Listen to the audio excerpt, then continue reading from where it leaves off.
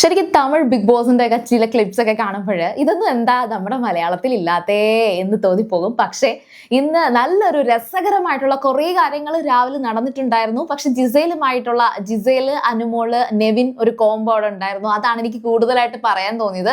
Of course നെവിനും അനുമോളും തമ്മിൽ ഡ്രസ്സിന്റെ ഇടയിൽ നമ്മൾ ഈ കൂട്ടുകാരികൾ തമ്മിൽ ഹോസ്റ്റലിൽ നിൽക്കുമ്പോൾ ആ ഡ്രസ്സ് ഇങ്ങോട്ട് താടി ഞാൻ ഇന്നിടട്ടെ എന്ന് പറഞ്ഞിട്ടുള്ള ഒരു ചെറിയൊരു കോംബോ ഒക്കെ അവിടെ നടന്നിരുന്നു. പിന്നെ നെവിന്റെ ആ ഒരു ഡ്രസ്സിങ് സ്റ്റൈലൊക്കെ സൂപ്പർ ആയിരുന്നു. പക്ഷെ എനിക്ക് അതിൽ കൂടുതൽ എനിക്ക് പറയാൻ തോന്നിയത് ഏതെങ്കിലും ഒരു വീഡിയോ ആയിട്ട് ചെയ്താൽ മതി എന്ന് കരുതിയിട്ട് എനിക്ക് പക്ഷെ പറയാൻ തോന്നിയത് ശരിക്കും ജിസേലിന്റെ കാര്യമാണ്.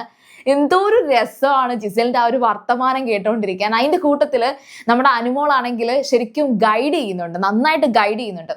എങ്ങനെ ഗൈഡ് ചെയ്യുന്ന വെച്ചാല്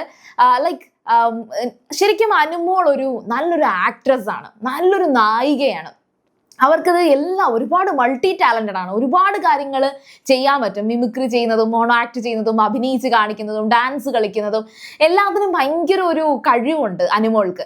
അപ്പൊ അനുമോളുടെ ആ ഒരു കഴിവൊക്കെ ശരിക്കും പറഞ്ഞാൽ ജിസേൽ ഭയങ്കരമായിട്ട് അപ്രീഷിയേറ്റ് ചെയ്യുന്നുണ്ട്. കാരണം ജിസേലിന് ഒരു ടാസ്ക് കിട്ടിയിട്ടുണ്ടായിരുന്നു അനുമോളെ ഇമിറ്റേറ്റ് ചെയ്യുന്നത്. അതും അനുമോളെ ഇമിറ്റേറ്റ് ചെയ്ത് നന്നായിട്ട് കാണിച്ചിട്ടുണ്ട്. പക്ഷെ ഇത് ഇമിറ്റേഷൻ ഒരു ടാസ്ക് ഒന്നും ആയിരുന്നില്ല.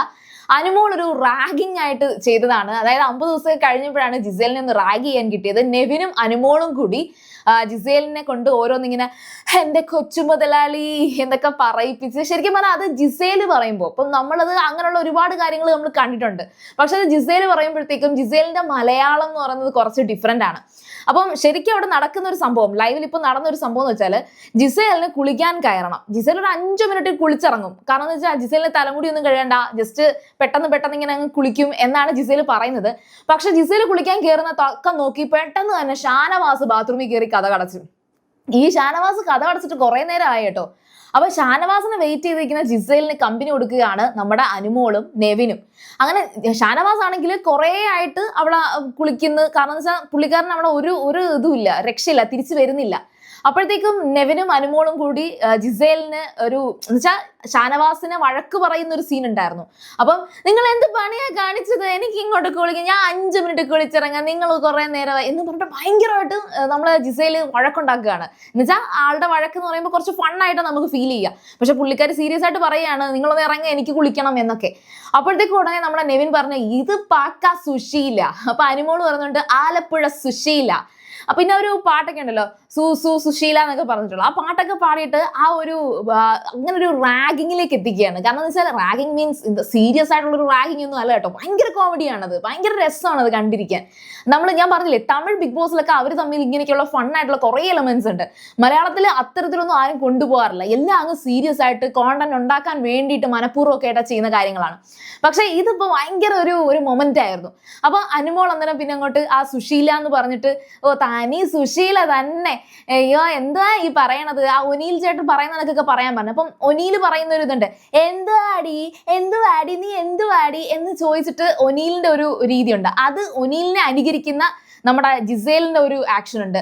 അതും ഇതേ കണക്ക് തന്നെയാണ്, കുറച്ചുകൂടെ എക്സാജറേറ്റ് ചെയ്തിട്ട് എന്തുവാടി എന്ന് ചോദിച്ചിട്ട് അങ്ങനെ കംപ്ലീറ്റ്ലി ആ ഒരു മിമിക്രിയും ഒരു പ്രോഗ്രാം പോലെ അവരിങ്ങനെ നടത്തിക്കൊണ്ടിരിക്കുകയാണ്.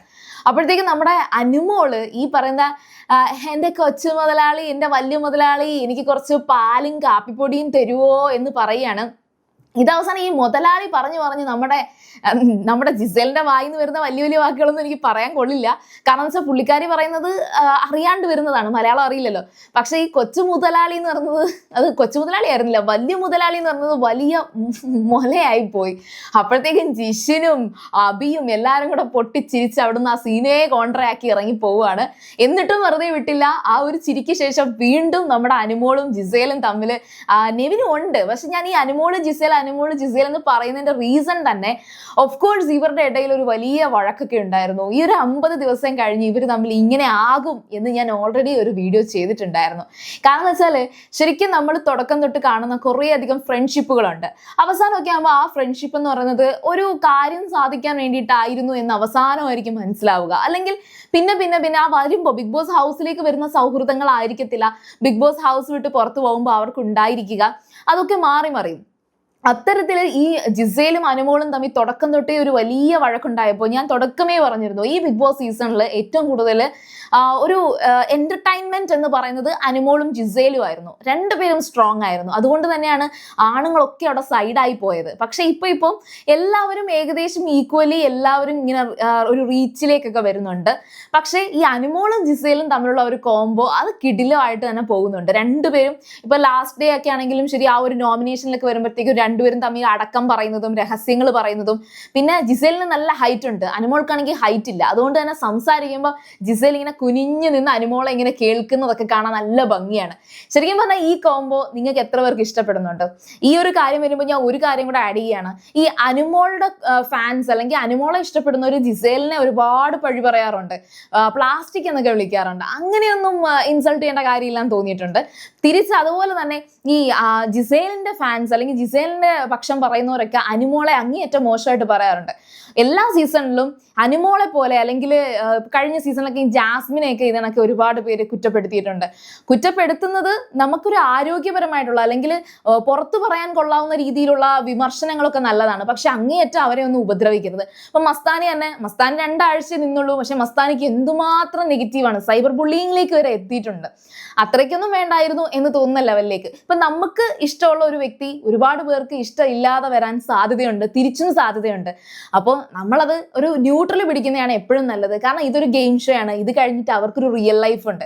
അപ്പോൾ ഏതായാലും ശരി, ഈ ജിസേലും അനുമോളും തമ്മിലുള്ള ഒരു കോംബോ അതിനി ഒരു 100 ദിവസം എന്തായാലും ടോപ്പ് 5 രണ്ടുപേരും ഉണ്ടാകട്ടെ എന്ന് നമുക്ക് ആശംസിക്കാം. അത്രയ്ക്ക് അടിപൊളിയാണ്, രണ്ടുപേരുടെയും ഒരു കോംബോ അടിപൊളിയാണ്, സംസാരമൊക്കെ അടിപൊളിയാണ്. ഇപ്പോഴാണ് ശരിക്കും പറഞ്ഞാൽ പോസിറ്റീവായിട്ട് അവർ സംസാരിക്കുന്നത് നമ്മൾ കാണുന്നത്. അപ്പോൾ ഞാൻ കുറച്ച് ആഡ് ചെയ്ത് പറഞ്ഞിട്ടുണ്ട്, ലൈവിൽ നടന്ന കാര്യങ്ങളൊക്കെ തുടക്കമാണുള്ളത്.